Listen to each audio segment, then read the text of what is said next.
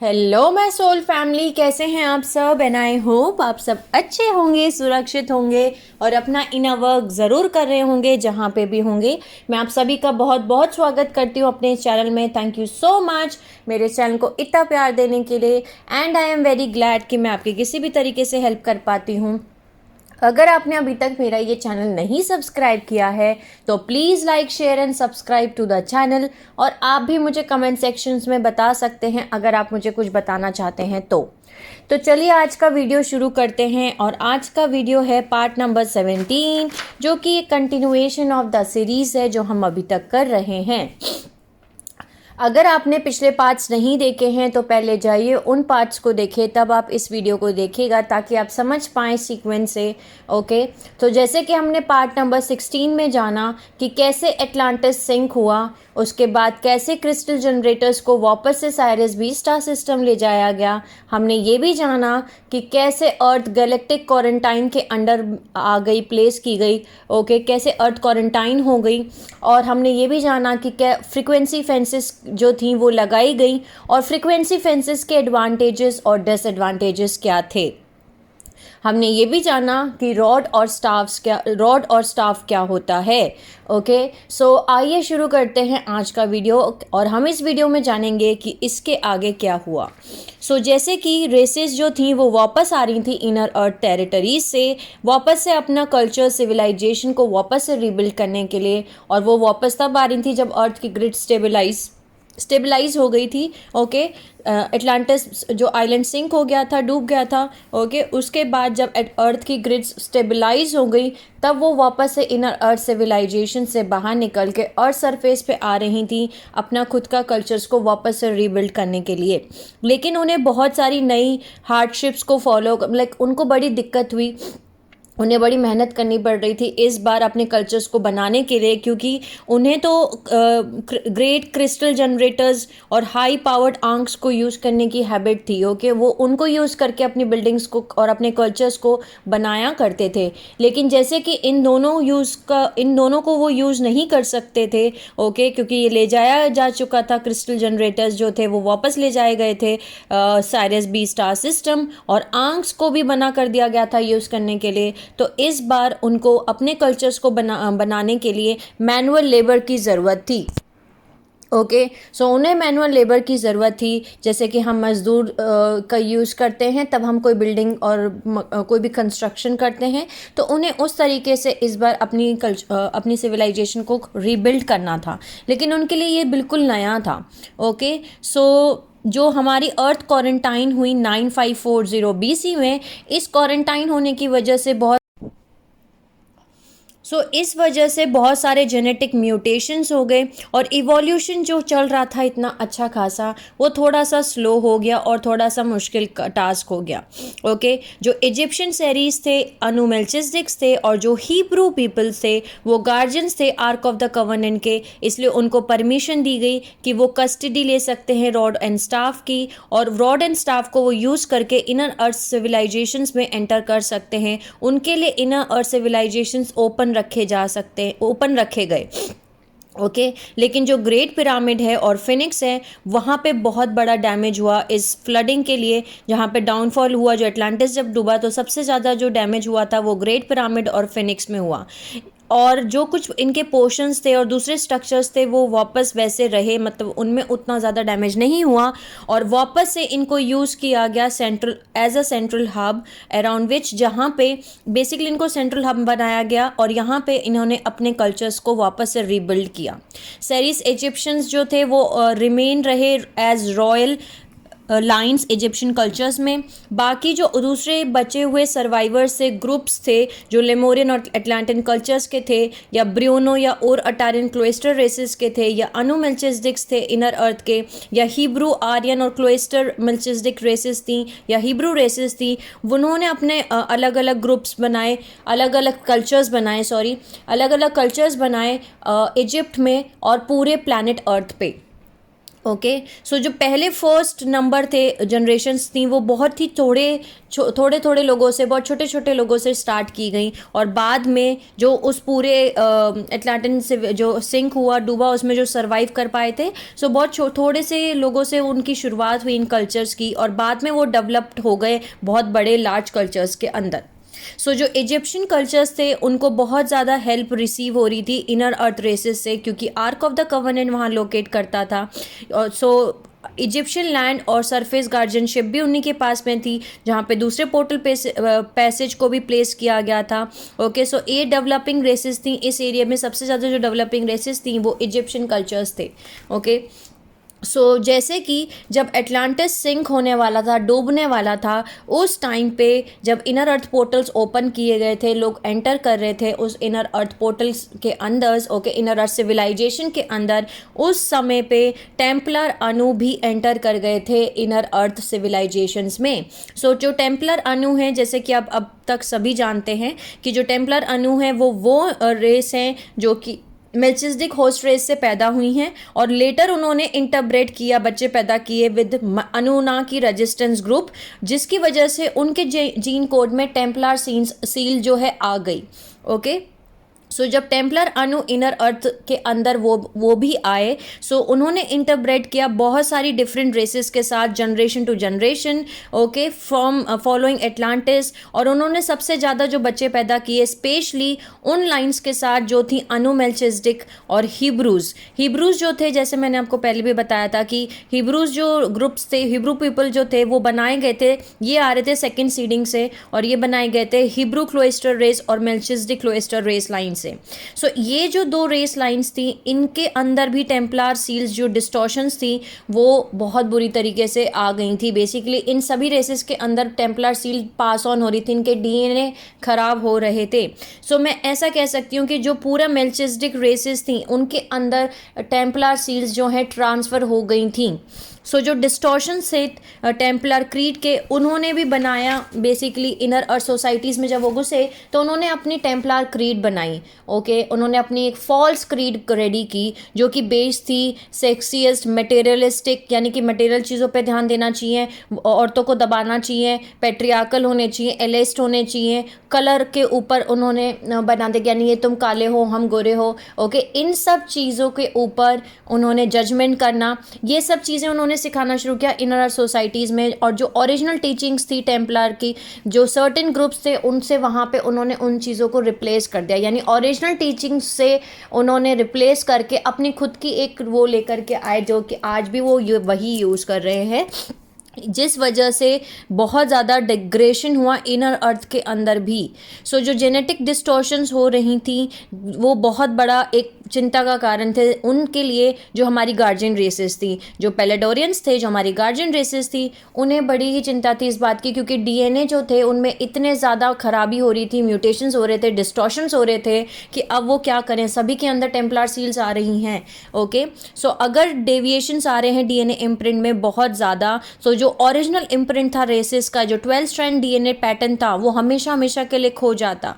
Okay. इसलिए उन्होंने क्या किया कि जो सोल एसेंस थी, ओके, जिनके अंदर जेनेटिक इम्प्रिंट्स जो थे, जो वापस से, मतलब जब वो मरने के बाद अपने रेस मॉर्फोजेनेटिक में जाने वाले थे, उन्होंने उनके जो रेस मॉर्फोजेनेटिक फील्ड जो थी उस वजह से क्या हो रहा था, मतलब मान के चलिए, इसको हम ऐसे एग्जांपल से समझते हैं कि मान के चलिए कोई टेम्पलर अनु है, अब उसकी डेथ हो गई, अब डेथ होने के बाद वो अपनी रेस मॉर्फोजेनेटिक फील्ड में जाएगा। जब वो रेस मॉर्फोजेनेटिक फील्ड में जाएगा तो उसके डीएनए के अंदर टेम्पलर सील है, जो कि रेस मॉर्फोजेनेटिक पैटर्न के अंदर भी डिस्टॉर्शंस क्रिएट करेगा। जो 12 स्ट्रैंड डीएनए टेम्पलेट है वहाँ पे भी टेम्पलर सील का एक अपना एक अंश छोड़ेगा, एक पॉइंट छोड़ेगा, जिससे कि टेम्पलर सील में भी लगेगी। सो जो ओरिजिनल 12 स्ट्रैंड डीएनए पैटर्न है वो मिसअलाइन हो जाएगा, और 12 स्ट्रैंड पैकेज जो पूरा है हमारा डीएनए टेम्पलेट है वो खो जाएगा हमेशा हमेशा के लिए।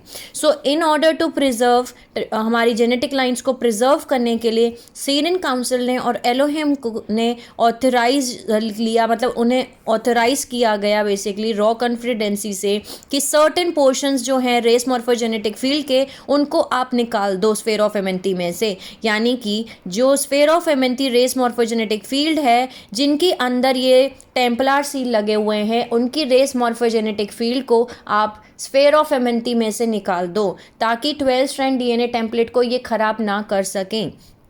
ओके, सो जो सर्टेन पोर्शंस थे रेस ऑफ मॉर्फोजेनेटिक फील्ड के, वो स्फेयर ऑफ एमेंथी से निकाल दिए गए, ताकि रेस मॉर्फोजेनेटिक फील्ड जो थी वो मिसअलाइन ना हो सके अपनी जेनेटिक इम्प्रिंट से। सो जो रेसेस रिमूव की गई थी स्फेयर ऑफ एमेंथी से, उनको पास करना था प्लानिटरी मॉर्फोजेनेटिक फील्ड एल्सियन में मरने के बाद, और जो सोल एसेंस थी वो उसको इवॉल्व करना था एज अ कॉन्शियसनेस एक टाइम तक, जब तक उनकी फ्रिक्वेंसी फील्ड्स एल्सियन की वो ठीक नहीं हो जाती, वो ठीक नहीं कर देती, और वो वहाँ पे अपनी जेनेटिक डेविएशंस को जो ह्यूमन लाइन में उन्होंने अचीव किया है, मतलब जो उन्होंने डेविएशंस क्रिएट किए, अपने अंदर खराबी क्रिएट की है, वो जब तक उसको ठीक नहीं कर देते अपनी कॉन्शियसनेस को, वो वापस से रिटर्न नहीं आ सकते स्फेयर ऑफ एमेंथी में। सो जो सेपरेशन था मॉर्फोजेनेटिक फील्ड का वो बन गया, उसको बाद में कहलाया गया वो टेम्पलर सील।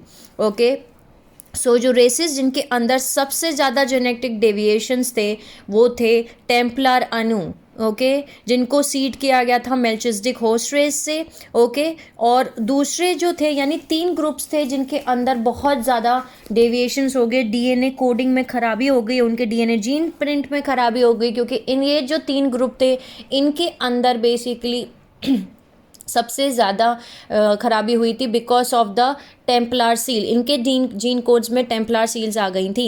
ओके, लेकिन सबसे ज़्यादा जो खराबी हुई थी वो थे टेम्पलर अणु। इनके जीन कोड्स बहुत ज़्यादा ख़राब हो गए थे क्योंकि इन्होंने डायरेक्ट इंटरब्रेट किया था अनुनाकी रेजिस्टेंस ग्रुप के साथ। सो जो 3 ग्रुप्स थे वो थे हिब्रू मेल्चिज्डिक्स, टेम्पलर अणु और अणु मेल्चिज्डिक्स। ओके, यानी कि पूरे के पूरे मेल्चिज्डिक क्लोइस्टर रेस बोल सकती हूँ आपको, जो मेल्चिज्डिक रेसेस बोल सकती हूँ आपको। ओके, ये जो पूरी ग्रुप था इनके अंदर टेम्पलर सील आ गया। ओके, सो इस वजह से वो मिसअलाइन हो रहे थे अपने 12 स्ट्रैंड डीएनए इम्प्रिंट से।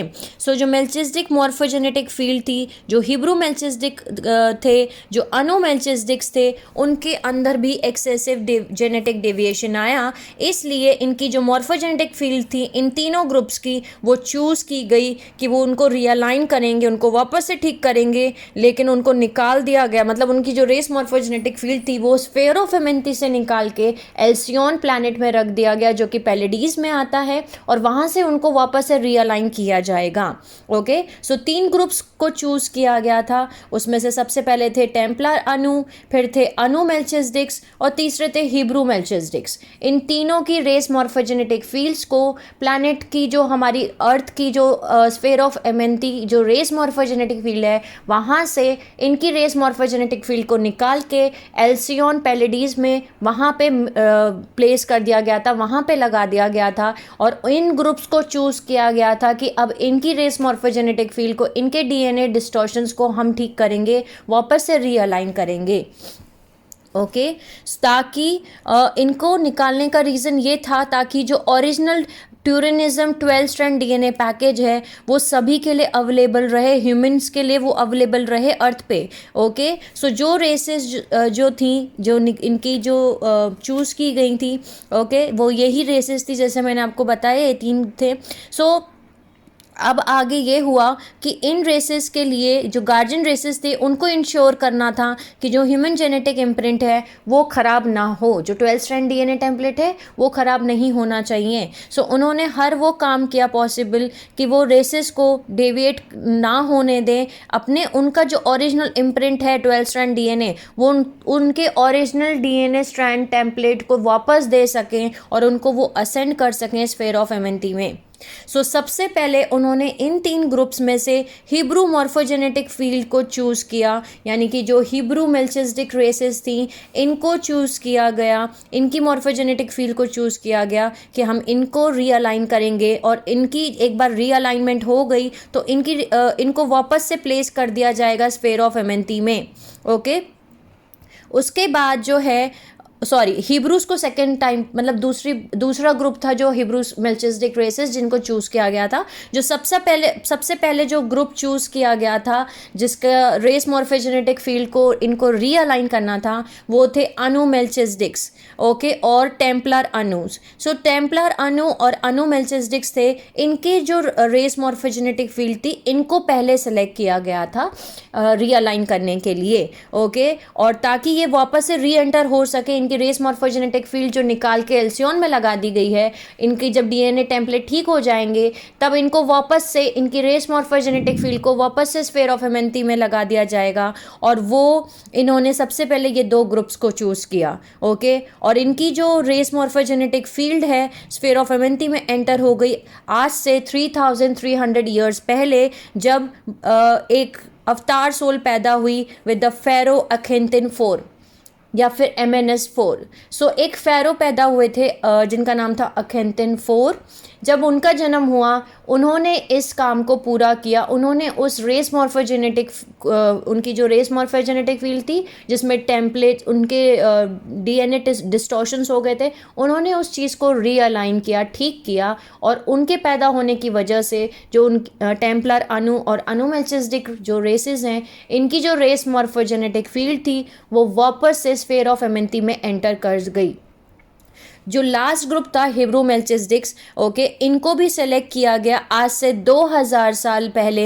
इनकी भी रेस मॉर्फोजेनेटिक फील्ड जो थी वो वापस से रीअलाइन की गई, वापस से ठीक की गई, और इनको भी स्फेयर ऑफ हेमंथी में एंटर करने दिया गया, यानी इनकी रेस मॉर्फोजेनेटिक को वापस से स्फेयर ऑफ हेमंथी में लगा दिया गया, ओके। और ये रीअलाइन हुई उनसे जब वो एक अवतार सोल पैदा हुई जिनका नाम था जीसस क्राइस्ट, ओके। जब जीसस क्राइस्ट पैदा हुए, तब जीसस क्राइस्ट के पैदा होने की वजह से, ये हम आगे जानेंगे कि जीसस क्राइस्ट कौन थे और वो उनका जो सोल पर्पस था वो आने का क्या था। उनका पहला सोल पर्पस था कि उनको जो हिब्रू मेल्चिसडिक रेस हैं, उनकी जो मॉर्फोजेनेटिक फील्ड है उसको उन्हें ठीक करना था ताकि वो स्फेयर ऑफ हेमंथी में एंटर कर जाए, रेस मॉर्फोजेनेटिक फील्ड को वापस से स्फेयर ऑफ हेमंथी में लगा दिया जाए, ओके।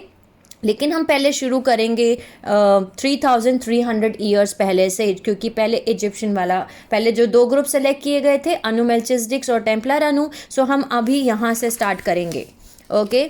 सो जैसे कि मैंने आपको बताया कि टेम्पलर सील्स जैसे कि लगा दी गई थी और अनु मेल्चिसडिक्स और हिब्रू मेल्चिसडिक्स और इनके जो मॉर्फोजेनेटिक फील्ड्स थे, इन ग्रुप्स को बेसिकली अनु में सब कुछ आ जाते हैं, ओके। टेम्पलर अनु भी आते हैं और अनु मेल्चिसडिक्स भी, यानी कि अनु मेल्चिसडिक्स, टेम्पलर अनु और हिब्रू मेल्चिसडिक्स, इनकी जो मॉर्फोजेनेटिक फील्ड थी, क्योंकि इनमें टेम्पलर सील जो है पास ऑन हो गई थी, ओके। सो इन ग्रुप्स को प्रोवाइड की गई टीचिंग्स प्रीस्ट ऑफ उर्क ने, यानी कि इन तीनों ग्रुप्स को बताया गया, इन तीनों ग्रुप्स को एजुकेशन और टीचिंग्स देना शुरू हो गए, ओके। जो प्रीस्टहुड ऑफ उर हैं इनर अर्थ के अंदर, उन्होंने इन तीनों ग्रुप्स को टीचिंग्स देनी शुरू कर दी, जिससे कि उनको काउंसिल किया जाता था, उनको बताया जाता था, उनकी काउंसलिंग होती थी कि आपको किसी और के साथ में बच्चे पैदा नहीं करने हैं, इंटरब्रेड नहीं करना है दूसरी रेसेस के साथ में, ओके, क्योंकि आप ये टेम्पलर सील उनको भी दे दोगे। सो ये टेम्पलर सील जीन कन्फिगरेशन की वजह से आप दूसरे रेसेस के साथ में बच्चे पैदा नहीं कर सकते।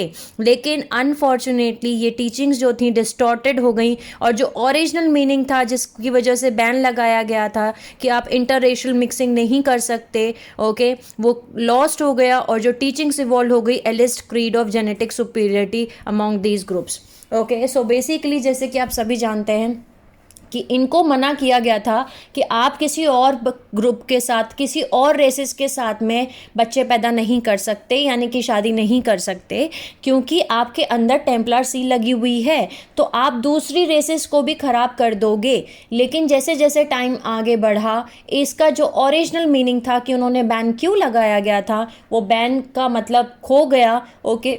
जैसे कि हम आज भी अपनी काफ़ी सारी रिलीजन्स में जानते हैं कि ऐसा मना किया गया है कि हम इस धर्म में शादी नहीं कर सकते, उस धर्म में शादी नहीं कर सकते, हमें ऐसा बताया जाता है क्योंकि जो डार्क फोर्सेस है उन्होंने इस चीज़ को फॉल्स क्रीड की तरह यूज़ किया गया और ये बताया गया कि ये ग्रुप ऊपर है। यानी कि जैसे इंडिया में बहुत ज़्यादा होता है कि ब्राह्मण ऊपर हैं, ये चमार भंगी नीचे हैं, ओके, इनको ऊंची नीची और सुपीरियरिटी और लोअर चीज़ें, लोअर कास्ट हायर कास्ट ज़्यादा बताया जाता है। तो जो ये सारी चीज़ें करी गई, ये डार्क फोर्सेस ने जानबूझ के लेकर के आए, लेकिन जो बैन लगाया गया था वो उसका रीज़न ये था, ओके, उसका रियल रीज़न ये था क्योंकि इनके जो जीन कोड्स थे, उनके जीन कोड्स में टेम्पलार सील्स थी, इसलिए मना किया गया था कि आप दूसरी कास्ट में शादी नहीं कर सकते, दूसरी रेसेस में आप शादी नहीं कर सकते, ओके, ताकि वो टेम्पलार सील आगे ना कैरी फॉरवर्ड हो दूसरी रेसेस के साथ में। लेकिन जैसे जैसे टाइम आगे बढ़ा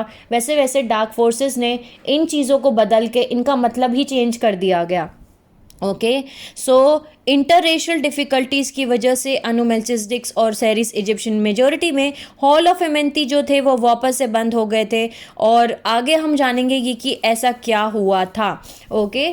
सो अब नेक्स्ट जानते हैं कि अब इसके आगे क्या हुआ, ओके। सो इन जो कल्चर्स बनाए गए दूसरे रीजन्स में वो बने सेरिस इजिप्शियंस, क्लोएस्टर मेल्चिसडिक्स, इनको बनाया गया, लेकिन इनको जो डायरेक्ट कर रहे थे वो प्रीस्टहुड ऑफ उर थे और वो अटेम्प्ट कर रहे थे कि वापस से वो रिकन्स्ट्रक्ट कर लें, वो कोशिशें कर रहे थे, उनकी मदद कर रहे थे कि वो वापस से वो ग्रेट पिरामिड ऑफ गीज़ा को बना दें, उनका कंस्ट्रक्शन वापस से कर दें, वो फिनिक्स को वापस से रिकन्स्ट्रक्ट कर दें क्योंकि वो ये दोनों चीज़ें डैमेज हो गई थी उस बाढ़ में जिसमें कि वो अटलांटिस डूब गया था इन 958 BC।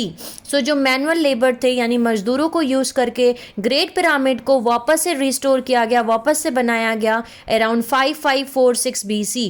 और जो एक रिलीजियस सेंटर था जहाँ से आर्क ऑफ द कवर्नेंट को एक तरीके का वो फोर्टिफाइड किया गया था, यानी आर्क ऑफ द कवर्नेंट को एक तरीके का सिक्योर किया गया था और वहाँ पे एक सिक्योरिटी वॉल खड़ी की गई थी वहाँ पे, ठीक है। लेकिन जो स्ट्रक्चर था यानी ग्रेट पिरामिड ऑफ गीज़ा जो था वो अब इंटरस्टेलर टेलीपोर्टेशन की तरह यूज़ नहीं कर सकते थे वो, क्योंकि पोल टिल्ट हो गया था, ओके, अटलांटिन कैटलिज्म में, और फ्रीक्वेंसी फेंसेस लगा दिए गए थे जिसकी वजह से फिनिक्स को तो वापस रिकंस्ट्रक्ट कर दिया गया, ग्रेट पिरामिड ऑफ गीज़ा को भी वापस रिकंस्ट्रक्ट कर दिया गया, लेकिन ये वापस से जो पिरामिड ऑफ गीज़ा है स्पेशली इसको जैसे हमने जाना इंटरस्टेलर टेलीपोर्ट स्टेशन की तरह यूज़ किया जाता है, अब वो इंटरस्टेलर टेलीपोर्टेशन की तरह यूज़ नहीं किया जा सकता था, ओके। और यहाँ पे जो फिनिक्स था वो वापस से रिकंस्ट्रक्ट हुआ, वापस से बनाया गया अराउंड 5466 BC, ओके। लेकिन जो उनके स्ट्रक्चर था, फेशियल स्ट्रक्चर्स था, उसको ऑल्टर किया गया, उसको ऑल्टर करके बहुत ज़्यादा उसको अपीयरेंस किया गया to the Sirius Egyptian line. जैसे अगर आप अभी देखेंगे फिनिक्स को सो वो इजिप्शियन लाइन की तरह दिखाई देते हैं, ओके, क्योंकि उस समय पे सेरिस इजिप्शियन लाइन चल रही थी तो उन्होंने अपनी सेरिस इजिप्शियन लाइन की तरीके से उसके जो फेशियल फीचर्स थे, इस फिनिक्स के जो फेस के फीचर्स थे, फेस का बनावट था, उन्होंने अपनी लाइन के हिसाब से उसको बना दिया, ऑल्टर किया, ओके, उसको वापस से बनाया और उन्होंने फेशियल फीचर्स दिए जो, लेकिन जो फेशियल फीचर्स थे जो एग्जीग्रेटेड यानी इतने बड़े बड़े आप देख सकते हैं उनका इतना बड़ा मुंह है, वो इसलिए दिखाया हुआ है क्योंकि अनुनाकी लिनिएज है जिन्होंने ओरिजिनली डिज़ाइन किया गया था। लेकिन जो बॉडी थी और जो फॉर्म ऑफ जो बॉडी थी, जैसे मैंने आपको पहले पार्ट्स बताया कि जो लॉयन वाली बॉडी बनाई हुई है उन्होंने, वो आज भी ट्रिब्यूट है उन गॉड्स को। वो अब जो ट्रिब्यूट है वो देते हैं वो इजिप्शियन माइथोलॉजी में जो गॉड्स हैं उनको देते हैं जो रिप्रेजेंट करते हैं symbolic trace memories of Anunnaki affiliations, okay. So arc of the covenant, sphere of Amenti और जो टूल्स थे रॉड और स्टाफ वो क्लोजली गार्डेड सीक्रेट्स हो गए और सिर्फ कुछ ही सिलेक्टेड सेरिस इजिप्शियन और मेल्चिसडिक क्लोइस्टर फैमिलीज जो थी जिनको प्रीस्ट ऑफ और हेल्प कर रहे थे, डायरेक्ट कर रहे थे, वही अब उन चीज़ों के बारे में जानती थी, ओके। स्फेयर ऑफ हेमंती जो था वो अर्थ में तब अर्थ कोर के अंदर तभी री एंटर कर सकता था जब, जैसा कि मैंने आपको बताया कि जब डायमेंशनल ब्लेंडिंग पीरियड आए, यानी अर्थ की जब नेचुरल टाइम साइकिल्स आए, जब नेचुरल टाइम आए, जब स्टारगेट ओपनिंग साइकिल आएगी, जब नेचुरली, तभी स्फेयर ऑफ हेमंती एंटर कर सकता है। सो जो एलोहिम और गार्जियंस रेसेस थी डेंसिटी यूनिवर्स 2 और डेंसिटी यूनिवर्स 3 की, यानी कि डायमेंशन 4, 5, 6 और 7, 8 एंड 9, उन्होंने ऑर्केस्ट कर दिया था, उन्होंने फ्रीक्वेंसी फेंस को लगा दिया था, जिसकी वजह से अर्थ क्वारंटाइन हो गया था 9540 BC में, क्योंकि उनको स्फेयर ऑफ हेमंती को डिस्ट्रॉय करने से रोकना था अर्थ को, जो कि पहले ही आ रहा था, अपने प्रीमेच्योरली डिसेंड हो रहा था आर्क ऑफ द कवनेंट से, जो कि एक रिजल्ट था अटलांटिन कैटलिज्म में। ओके, सो 9540 BC से जो स्फेयर ऑफ हेमंती है उसको स्टोरेज में रखा गया under high security within the frequency bands of fourth dimensional astral planes. Okay, so fourth dimensional की एस्ट्रल प्लेन्स की फ्रीक्वेंसी बैंड्स पे उसको अंडर हाई सिक्योरिटी रखा गया। ओके, सो अर्थ ग्रिड्स जो थी वो स्टेबलाइज्ड हो गई, और वहाँ अर्थ की जो ग्रिड्स थी उनकी वाइब्रेशनल स्पीड भी इंक्रीज हुई since the time of Atlantis. और जो गार्जियन रेसेस थी उन्होंने प्लान बनाया कि वापस से स्फेयर ऑफ हेमंती को अर्थ कोर में एंटर किया जा सके थ्रू द बैरियर, जो कि थर्ड और फोर्थ डायमेंशन में लगाया गया है। उनके थर्ड और फोर्थ डायमेंशन के बीच में एक बैरियर लगा है जिसको हम फ्रीक्वेंसी फेंस बोल रहे हैं, जो कि नेक्स्ट ओपनिंग साइकिल में ओपन हो जाएगा। सो वो प्रिपरेशन उन्होंने शुरू कर दी कि अब हॉल ऑफ हेमंती को ओपन करने की बारी आ गई है, अब ओपन करना है हॉल ऑफ हेमंती को। ठीक है, सो जो next natural dimensional blending period था, जो नेक्स्ट टाइम साइकिल आने वाली थी, नेचुरल टाइम साइकिल आने वाली थी, वो आने वाली थी 2409 इन 4622 BC। ओके, 2409 BC, जो कि हाफ साइकिल पॉइंट था। Okay, with in the 4426 BC, जो शुरू हो रही थी 4622 BC में।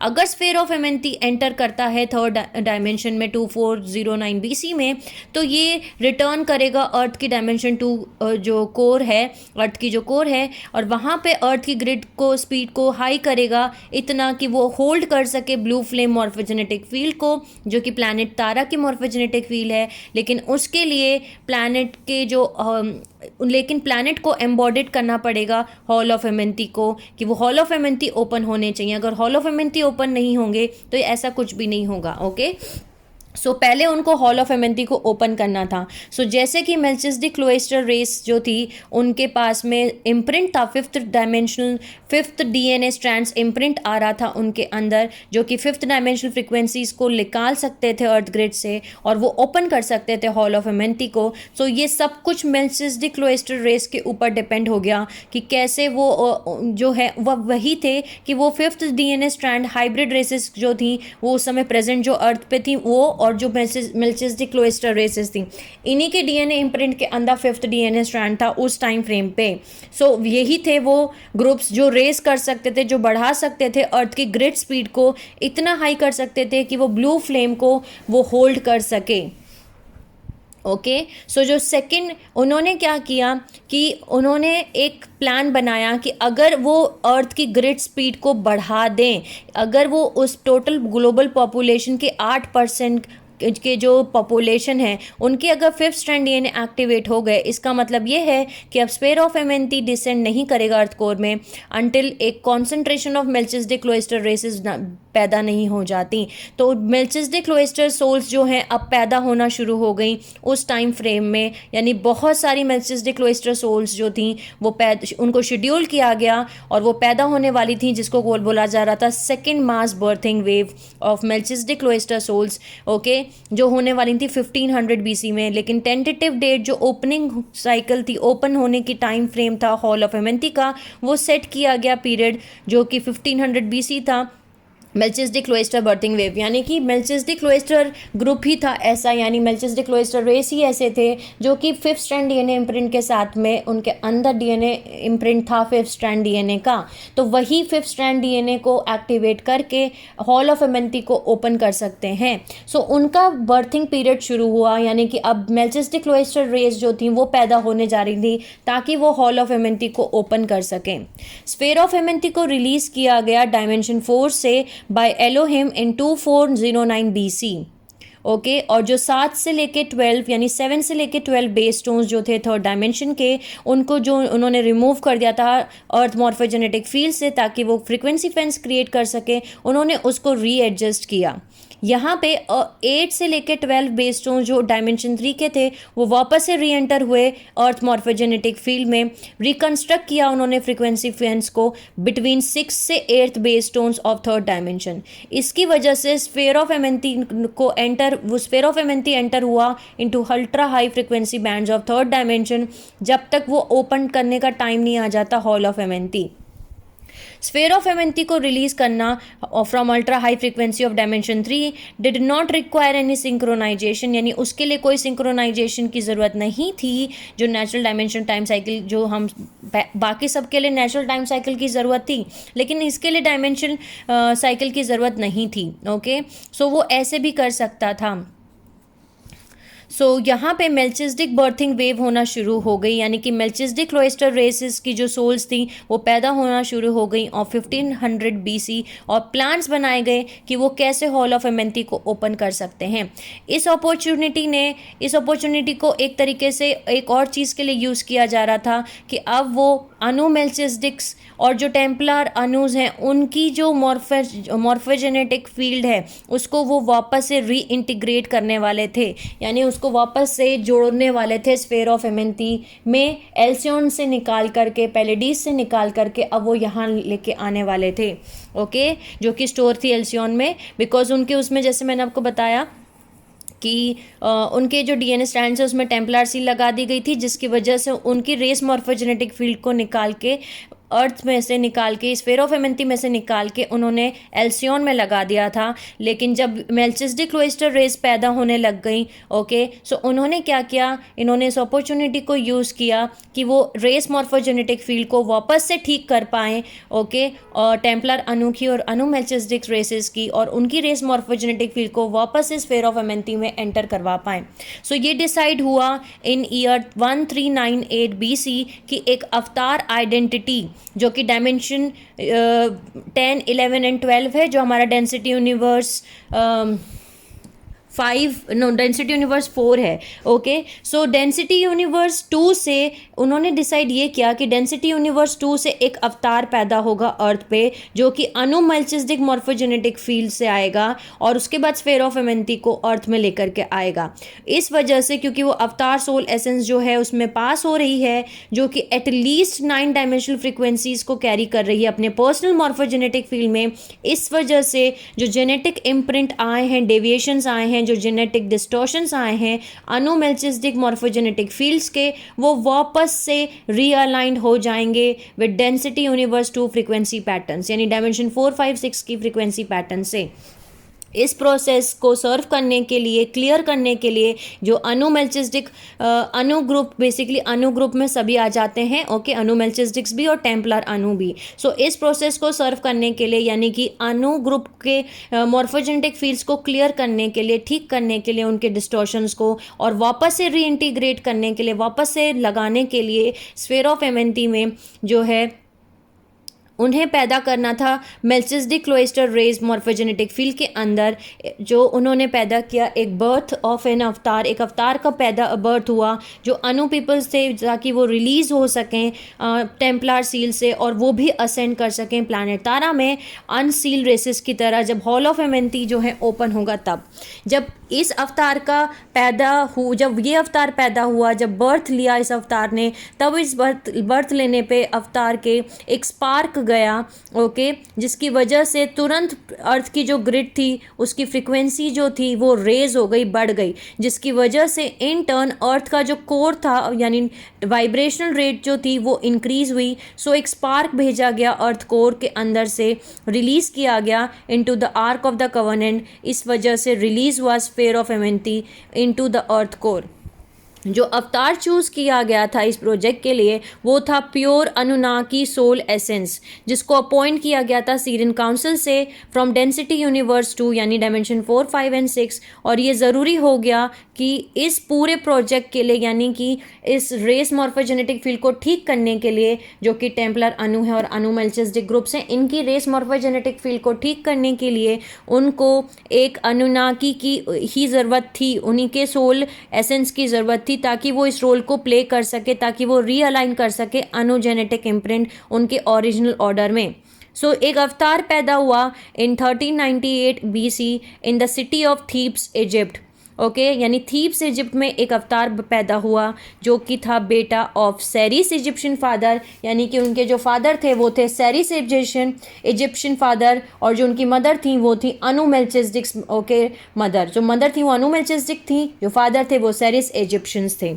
ओके सो जो सेरिस इजिप्शियन फादर थे और जो अनु मेल्चिज्डिक्स मदर थी, सो जो चाइल्ड बना वो बाद में जा कर के उसका नाम हुआ एमोनिस 4, जो कि अखेंतिन 4 के नाम से जाना गया। ओके सो जो अखेंतिन 4 था वो सन था, बेटा था ऑफ फेरो एमोनिस 3 का। सो इनके फादर का नाम था एमोनिस 3 और इनकी मदर का नाम था queen Tiye. Okay TIY tie.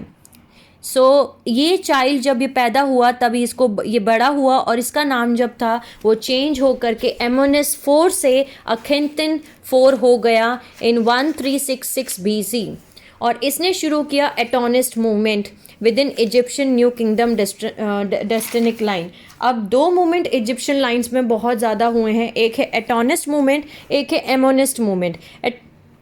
एटोनिस्ट movement का मतलब ये है कि वो सिर्फ एक ही गॉड को मानते हैं, वन गॉड, कि हम सभी के सिर्फ एक ही भगवान हैं। ओके हम सब एक ही भगवान के बच्चे हैं और एक ही भगवान है। ओके ये एटोनिस्ट मूवमेंट जो हुआ था वो ये मानते थे। इधर दूसरा मूवमेंट था वो था एमोनिस्ट मूवमेंट। एमोनिस्ट मूवमेंट का मतलब है कि सिर्फ एक ही भगवान नहीं है, there is no longer only the one god, यानी बहुत सारे भगवान हैं। ओके सो बेसिकली एमोनिस्ट जो ग्रुप था, एमोनिस्ट जो मूवमेंट था वो सेपरेशन कॉन्शियसनेस पे डील करता था, और जो एटोनिस्ट मूवमेंट था वो यूनिटी कॉन्शियसनेस पे डील करता था। ओके सो जब अखेंतिन 4 आए उन्होंने शुरू किया Atonist movement Egyptian New Kingdom dynastic line में कि एक ही भगवान है। ओके सो जब उनका बर्थ हुआ इन 1398 BC, जो आर्क ऑफ द कवर्नेंट था वो ओपन हुआ और स्पेयर ऑफ एमेंती आ गया अर्थ में, अर्थ कोर के अंदर from ultra high frequency bands of dimension 3।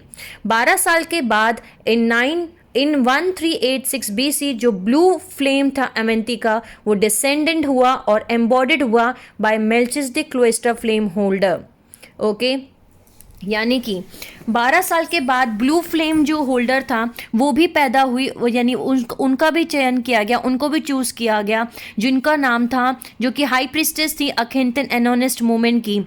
Okay so जिनका नाम बेसिकली रखा गया था, जो मेल्चिज्डिक क्लोइस्टर सोल ग्रुप थे, ओके उनकी जो ब्लू फ्लेम होल्डर थी उनका नाम था, एक सेकेंड, उनका नाम रखा गया फेलोपिया। ओके सो फेलोपिया जो थी वो हाई प्रिस्टेस थी अखेंतिन टेम्पल्स की। ओके अखेंतिन 4 के जितने भी टाइम पे उस टाइम पे एटोनिस्ट टेम्पल्स बनाए गए थे उन सभी की वो हाई प्रिस्टेस थी, वहीं थी blue flame holder. Okay Melchizedek cloister soul groups की। ओके सो एमोनिस 3 जो उनके फादर थे, अखेंतिन 4 के जो फादर थे वो मर गए इन 1385 BC में, जब अखेंतिन 4 सिर्फ 13 साल के थे। सो अखेंतिन 4 जो है अब वो फेरो बने अपनी मम्मी के साथ में क्वीन टाइवे अंटिल 1370 BC, और जब उनकी एज 28 साल की हुई तब उन्होंने अपना 17 ईयर फेरोनिक रूल स्टार्ट किया। इधर मेल्चिज्डिक क्लोइस्टर सोल ग्रुप जो कि सर्व कर रहा था as keepers of the flame, उनका भी वो भी पैदा हुए इस टाइम पीरियड में इन सिंक्रोनाइजेशन विद अखेंतिन बर्थ। ओके ताकि कि पूरा अप्रोप्रिएट प्लेसेस यानी कि वो हॉल ऑफ एमेंथी को ओपन कर सकें। जो हॉल ऑफ एमेंथी है वो ओपन हुआ 12 साल के बाद इन 1374 BC। आफ्टर फ्रिक्वेंसीज जो थी वो एम्बॉडिड कर पाई यानी कि ब्लू फ्लेम। जैसे मैंने अपने पिछले पार्ट्स में आपको बताया है कि पूरा एक प्रोसेस है, ओके, पूरा एक प्रोसेस है कि कैसे आप ब्लू फ्लेम जो है, एक ब्लू फ्लेम है, गोल्ड फ्लेम है, एक वॉलेट फ्लेम है। सो बेसिकली सबसे पहले अखिंतन पैदा हुए, उसके बाद एक ब्लू फ्लेम, एक रॉड होल्डर, एक स्टाफ होल्डर होंगी। ओके, सो जो स्टाफ होल्डर थी वो थी फेलोपिया। ओके, फेलोपिया जो थी वो हाई प्रिस्टेस थी एटोनिस टेम्पल्स की। ओके, और जो एटोनिस मूवमेंट चल रहा था उस टाइम पे जो भी टेम्पल्स बने थे वो हाई प्रिस्टेस थी, प्लस वो ब्लू फ्लेम होल्डर थी। उनके साथ साथ पूरा एक कीपर्स ऑफ द फ्लेम जो थे वो पूरा एक सोल ग्रुप थे जो कि कीपर्स ऑफ द फ्लेम थे, जो कि मेल्चिसडिक क्लोइस्टर रेसेस थी। और इन सब ने ये सब सिंक्रोनाइज वे में पैदा हुए थे। और उसके बाद उन्होंने 12 साल के बाद फाइनली जो थी हॉल ऑफ एमेंथी ओपन कर दिए, जिसकी वजह से अर्थ की ग्रिड की स्पीड जो थी वो स्टेबलाइज हो गई थी। अब 24 साल की एज में अखिंतन 4 को इनर अर्थ में ले जाया गया बाय द प्रीस्ट ऑफ 4 और उनको ट्रेनिंग दी गई in the process of ascension, यानी कैसे असेंशन किया जाता है उनको ट्रेनिंग दी गई, जहाँ पे उनको कंडक्ट किया जा रहा था, ट्रेनिंग दी जा रही थी और उनकी ट्रेनिंग जो थी वो कंप्लीट हुई। इन 1367 BC उनकी एज हो गई थी 31। अखिंतन 4 को इंस्ट्रक्शंस दिए गए कि अब वो अपना लोकेशन चेंज करें, अपनी सीट ऑफ पावर यानी अपना किंगडम, अपना राज्य को चेंज करें थीब्स लोकेशन से इन मिडल इजिप्ट, जहाँ पे तेल अल अमरना है। वहाँ पे उन्होंने कंस्ट्रक्शन किया एक सिटी का जो कि अखिंतन 4 के ऑनर में है, यानी एटन गॉड यानी लॉ ऑफ वन यानी एक ही भगवान है, उनके ऑनर में, उनको ट्रिब्यूट देते हुए, उनके सम्मान में उन्होंने एक सिटी बनाई जो कि एकदम मिडल इजिप्ट के बीचों बीच में थी, जिसका नाम रखा गया तेल एल अमरना। ओके, ये लेड किया जा रहा था उस लोकेशन से जहाँ पे प्रीस्ट ऑफ ओर थे, उन्हीं के नीचे, यानी जहाँ पे ये सिटी बनी थी उन्हीं के नीचे अंडर इनर ग्राउंड में वहाँ पे प्रीस्ट ऑफ ओर थे, यानी कि वहाँ पे वो पोर्टल्स थे जो कनेक्ट कर रहे थे इनर अर्थ के साथ में। ओके, जिनको पोर्टल्स को यूज़ करके वो जो हैं ग्रेट जो पोर्टल्स थे उनको यूज़ करके वो इनर अर्थ में जा सकते थे। और ये पोर्टल्स थे ग्रेट पिरामिड ऑफ गीज़ा के नीचे। ओके, जहाँ पे आर्क ऑफ द कवर्नेंट और हॉल ऑफ एमेंथी जो है वो फाउंड किया जा सकता था। गीज़ा पिरामिड स्टिल उनके अंडर कंट्रोल में था, यानी कि इधर उन्होंने अपनी सिटी बना ली और इधर जो दूसरा ग्रुप था जो एमोनिस्ट मूवमेंट कर रहे थे, जो बोल रहे थे एक ही भगवान नहीं है, बहुत सारे भगवान हैं, ठीक है, अलग अलग भगवान हैं, उनके अंडर कंट्रोल में एमोनिस्ट प्रीस्ट जो थे उनके कंट्रोल में, उनके प्रोटेक्शन में था गीज़ा पिरामिड। ओके, सो ये वो सेरिस इजिप्शियन लाइन थी जो कि एंटी एटोनिस्ट सेंटीमेंट थे जिनके अंदर, यानी कि वो एक भगवान को नहीं मानती थी। ओके, इधर जो प्रीस्ट ऑफ वुड थे वो नहीं चाहते थे कि जो हॉल ऑफ एमेंथी को ओपन करने का नॉलेज है वो सभी जनरल एमोनिस्ट के पास में जाए, यानी वहाँ के जो ग्रुप है जो एक भगवान को नहीं मानते, जो सेपरेट कॉन्शियसनेस में है, वहाँ के जो प्रीस्ट कास्ट है उनको ये नॉलेज नहीं पहुँचनी चाहिए, वहाँ तक ये नॉलेज नहीं पहुँचनी चाहिए, क्योंकि वो अपने पावर का अब्यूज़ कर रहे थे, अब्यूज़ करेंगे। अगर उनके पास ये नॉलेज आ गया, इंफॉर्मेशन आ गया, तो वो इससे मिसयूज करेंगे इस इंफॉर्मेशन को और वो डिस्टॉर्शंस लेके आएंगे ओरिजिनल टेम्पलर क्रीड में, यानी ओरिजिनल जो उन्होंने बनाई हैं, रूल्स रेगुलेशंस बनाए हैं, लॉ वन बनाया है, जो बातें उन्होंने सिखाई हैं, इंफॉर्मेशन जो बताई हैं, उसमें वो डिस्टॉर्शंस लेके आएंगे, खराब करेंगे उसको। ओके, सो सिर्फ इसी ग्रुप को, जो कि मेल्चिसडिक क्लोइस्टर ग्रुप था, जो कि सेरिस इजिप्शियन एलाइट में पैदा हुए थे, वही लोग, यानी वही सोल ग्रुप जो कि जिनको परमिशन थी कि वो ओपन कर सकते हैं हॉल ऑफ एमेंथी को, उनको ही ये नॉलेज दी गई। ओके, सो जो नई सिटी बनाई गई तेल अल अमरना पे, ओके, अमरना, ओके, जो नई सिटी बनी तेल अल अमरना पे, उसने अलाउ किया अखिंतन 4 को और उनके फॉलोअर्स को कि वो जाएं, अपना असेंशन पूरा करें बिना ध्यान खींचे सेरिस प्रीस्टहुड के, जो कि एमोनिस्ट मूवमेंट कर रहे थे, ओके, और उन्हें परमिशन मिली कि वो इजीली एक्सेस कर सकते थे inner earth, okay, inner earth civilization को, to Giza, Thebes, Jerusalem and the city of Ur, फिर यूरोफेट्स रिवर। सरफेस ट्रैवल करने के लिए ये लोकेशंस बहुत दूर हैं एक दूसरे से। अगर आप अभी ऐसे अर्थ पर्सपेक्टिव से देखेंगे तो ये लोकेशंस बहुत दूर हैं एक दूसरे से, लेकिन जो पोर्टल्स हैं इनर अर्थ के, वो यूज़ करके आप इन लोकेशंस को एक्सेस कर सकते हो कुछ मिनटों में, यानी आप कुछ मिनटों में इन लोकेशंस पे पहुंच सकते हो इन पोर्टल्स को यूज़ करके। सो अकेंटिन 4 का पर्पस था अर्थ पे आना, कि उनका जो सोल पर्पस था वो अर्थ पे इसलिए पैदा हुए थे कि उन्हें इंश्योर करना था, उनको ये पक्का करना था कि हॉल ऑफ एमेंथी को उन्हें ओपन करना था। उनका एक सोल पर्पस ये था कि उनको हॉल ऑफ एमेंथी को ओपन करना था।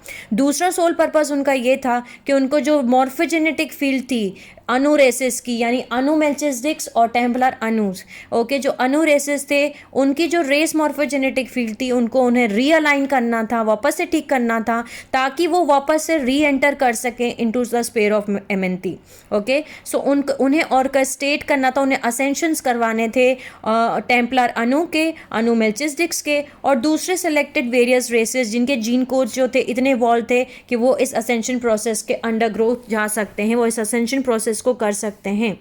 सो जो अनु रेसेस थी वो ज़्यादातर रह रही थी इनटू इनर अर्थ, और वहाँ पे वो वहाँ से वो डिस्पर्स्ड हुई, यानी अलग अलग जगह पे गई इजिप्ट में, और इजिप्ट के बाहर भी वो गई, ठीक है। सो जो इनर पैसेज वे थे, यानी इनर अर्थ के जो इनर पोर्टल्स थे, वो अनु जो ग्रुप्स थे उनको वेरियस लोकेशन पे भेजा गया, ओके, और वो उनको ले जाया जाता था अखेंतिन के पास में at Tell el Amarna for ascension, initiation और ट्रेनिंग के लिए। फिर उनको वापस से सीक्रेटली लोअर चैम्बर्स में ले जाया जाता था ग्रेट पिरामिड ऑफ गीज़ा से, जहाँ पे वो पास करते थे अपना हॉल ऑफ एमेंथी और वो प्लैनेट तारा में असेंड कर देते थे।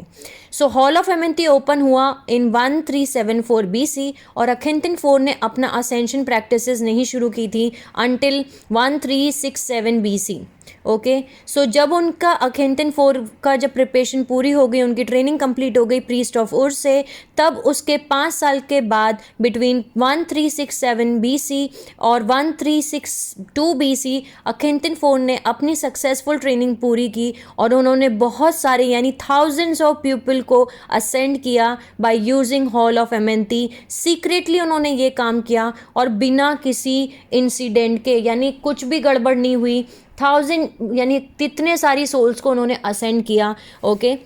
सो उनका जो स्पिरिचुअल कमिटमेंट था, उनका जो सोल पर्पस था, उन्हें बहुत कम टाइम था कि वो अर्थ की जो 3D की जो अर्थली अफेयर्स हैं, पॉलिटिक्स हैं, वो उस पर ध्यान दे सकें, जिसकी वजह से उन्हें जो इजिप्शियन पॉपुलेशन है वहाँ पे वो अनपॉपुलर थे बहुत ज़्यादा, वो सक्सेसफुल नहीं थे। लेकिन वो उनका जो पर्पस था जिसकी वजह से वो इनकारनेट हुए थे, जिसकी वजह से वो जन्म लिया था उन्होंने, उनका जो सोल पर्पस था उसमें वो बिल्कुल सक्सेसफुल थे, ओके। इसकी वजह से उन्हें बहुत ही हाई एस्टीम यानी सेल्फ बहुत ही ज़्यादा रेस्पेक्ट दी जाती थी। वो लोग उनको, वो रेसेस उनको बहुत ज़्यादा रिस्पेक्ट देती थी जो इनर अर्थ के अंदर में थी, क्योंकि उनको पता था कि वो जो जिस वजह से जन्म लिया है अखेंतिन 4 ने, वो ऑलरेडी वो काम कर रहे हैं। ऑलरेडी थाउजेंड्स ऑफ पीपल यानी लगभग हज़ारों लोगों को उन्होंने ऑलरेडी असेंड कर दिया है, ओके। सो उनकी सक्सेस जो थी लेकिन छोटे टाइम तक ही रही, ओके, क्योंकि उनका क्या था, अखेंतिन 4 जो थे उनका एक प्रॉब्लम था, वो ये था कि वो फेवरेटिज्म कर रहे थे टुवर्ड्स अनु पीपल, यानी कि जो ये उन्होंने जो जन्म लिया था, जैसे मैंने आपको बताया कि उन्हें अनु मेल्चिसडिक ग्रुप्स और टेम्पलर अनु, इन दोनों की जो है वो रेस मॉर्फोजेनेटिक फील्ड को रीअलाइन करना था, प्लस मेल्चिसडिक क्लोइस्टर रेस जो थी वो भी पैदा हुई थी उनके साथ, लेकिन वो सिर्फ जो अनु पीपल थे, अनु रेसेस थी, उनको ही वो असेंशन करवा रहे थे। वो जो मेल्चिसडिक क्लोइस्टर रेसेस थी, ओके, उनको वो असेंशन नहीं करवा रहे थे, फेवरेटिज्म कर रहे थे, बेसिकली पक्षपात कर रहे थे, ओके, जिसकी वजह से बहुत बड़ा सेटबैक हुआ, एक मेजर सेटबैक हुआ। और ग्रेट प्लान चल रहा था अभी तक, जिसकी वजह से रेसेस को तैयार किया जा रहा था कि वो मास असेंशन कर पाएँ, हैं वो नहीं कर पाए। अखिंतिन 4 को फिर भी एक तरीके का मास्टर बोला गया है और उनको एक अवतार बोला गया है अमॉन्ग डिसेंडेंट्स ऑफ मेल्चिसडिक पीपल। वो उनको अवतार मानते हैं क्योंकि वो समझते हैं कि उनका क्या पर्पस था, वो क्यों पैदा हुए थे, उनका इनकारनेशन क्यों हुआ था। ठीक है, सो अब जो उनका अनुरेसिस का जो है, क्योंकि वो अनुरेसिस का जो रेस मॉर्फोजेनेटिक फील्ड है उन्होंने उसको ठीक किया था और वापस से जोड़ दिया था स्फीयर ऑफ एमेंथी में। सो उनका जो अर्थ मिशन था, सोल पर्पस था, वो सक्सेसफुल था। ओके, लेकिन उन्होंने एक ऐसे इवेंट को अंजाम दिया आगे जाके जिसकी वजह से उनका बेसिकली डाउनफॉल हुआ और इस इवेंट की वजह से हॉल ऑफ एमेंथी वापस से बंद हो गया, क्लोज हो गया। ओके, सो क्या हुआ वो इवेंट? ओके, सो ये जानेंगे हम नेक्स्ट पार्ट में। ओके, आई होप आप अभी तक ये बात समझ चुके होंगे कि अभी तक हमने क्या जाना। ओके, सो 3 ग्रुप्स थे जिनकी जो डीएनए जीन कोड्स हैं, अब एक बार वापस रिकैप करते हैं। 3 ग्रुप्स थे जिनके जीन कोड्स जो थे, जिनके डीएनए जो थे वो डिस्टॉर्ट हो गए थे, खराब हो गए थे क्योंकि इनके जीन कोड्स के अंदर टेम्पलर सील आ गई थी। सो 3 ग्रुप्स को चूज किया गया कि इनकी जो जीन कोड्स, इनके जो डीएनए, इनको ठीक किया जाएगा। और जब तक इनके जीन कोड्स को ठीक किया जा रहा था उसके पहले इन तीनों ग्रुप्स के जो रेस मॉर्फोजेनेटिक फील्ड्स थी उनको स्फीयर ऑफ एमेंथी में से निकाल के एल्सियन प्लैनेट में, प्लैनेट तारा में, वहाँ पे प्लेस कर दिया गया। ओके, सो इन्होंने मेल्चिसडिक क्लोइस्टर रेसेस को चूज़ किया गया, एक अवतार को चूज़ किया जो कि जिसके फादर जो थे वो सेरिस इजिप्शियन थे और जिनकी मदर थी वो अनु मेल्चिसडिक्स थी। इनके थ्रू एक प्योर अनुनाकी सोल एसेंस जो थी वो पैदा हुई एज एन अवतार, बिकॉज इन्हें वो अवतार सोल चाहिए थी ताकि वो वापस से उस रेस मॉर्फोजेनेटिक को फील्ड को रीअलाइन कर सके अनु रेसेस की, यानी कि अनु मेल्चिसडिक्स की और टेम्पलर अनु की जो सील्स हैं वो हटा सकें और उनको वापस से असेंड करा सकें। जो रेस मॉर्फोजेनेटिक फील्ड उनकी एल्सियन में लगी हुई है वहाँ से निकाल के वो वापस से इसको जोड़ पाएँ स्फीयर ऑफ एमेंथी में। और उन्होंने जब जन्म लिया तब उन्होंने ये सब कुछ किया भी। ओके, उन्होंने हज़ारों लोगों को असेंड किया हॉल ऑफ एमेंथी में। ओके, हॉल ऑफ एमेंथी से असेंड किया उन्होंने प्लैनेट तारा में, लेकिन कुछ ऐसा हुआ जिससे कि हॉल ऑफ एमेंथी वापस से बंद हो गए। ओके, हमने ये भी जाना कि जो ब्लू फ्लेम होल्डर थी उनका नाम क्या था? उनका नाम था फेलोपिया, जो कि हाई प्रिस्टेस थी। ओके, एटोनिस टेम्पल्स की अखिंदन 4 के टाइम फ्रेम में। अब हमने ये भी जाना कि 2 ग्रुप्स थे, एक एटोनिस्ट मूवमेंट, एक एमोनिस्ट मूवमेंट। एटोनिस्ट मूवमेंट ग्रुप वो था जो बोल रहे थे कि सिर्फ एक ही भगवान है, वन गॉड है, लॉ ऑफ वन है, यूनिटी कॉन्शियसनेस है, हम सभी एक ही भगवान के बच्चे हैं। वो सन को जो है वो बोलते थे कि जो सन है, सूरज है, वही क्रिएटर है, वही गॉड है, वही हम सबके पापा हैं, वही है एक ही भगवान। जो एमोनिस्ट ग्रुप है वो ये बोला करते थे कि एक भगवान नहीं है, बहुत सारे भगवान हैं। ओके, सो ये 2 ग्रुप्स थे। ओके, सो जब वो पैदा हुए अखिंतन 4, उन्होंने एटोनिस्ट मूवमेंट को फॉलो किया, उन्होंने उस मूवमेंट को स्टार्ट किया। प्लस उनकी जो पूरी की पूरी एक टीम थी। ओके, अवतार जब पैदा होते हैं ये पूरे इतने बड़े ग्रुप के लिए, वो इतने बड़े मिशन के लिए वो अकेले पैदा नहीं हुए थे। अखिंतन 4 पैदा हुए थे, उसके बाद उनकी ब्लू फ्लेम होल्डर जो थी, जो कि स्टाफ होल्डर थी वो थी, उन्होंने ब्लू फ्लेम स्टाफ होल्डर जो थी उनका नाम था फेलोपिया। ओके, उसके बाद पूरी मेल्चिसडिक क्लोइस्टर रेसेस थी, यानी कि जो सोल्स थी वो भी पैदा हुई और इन सब ने मिलकर के जो है बेसिकली ओपन किया हॉल ऑफ एमेंथी। इन्होंने एक नई सिटी बनाई जिसका नाम था तेल एल अरमना। ओके, और ये बनाई गई थी जहाँ पे पोर्टल्स ओपन होते हैं, यानी गीज़ा के पास में, पिरामिड्स के पास में, जो कि गीज़ा में है।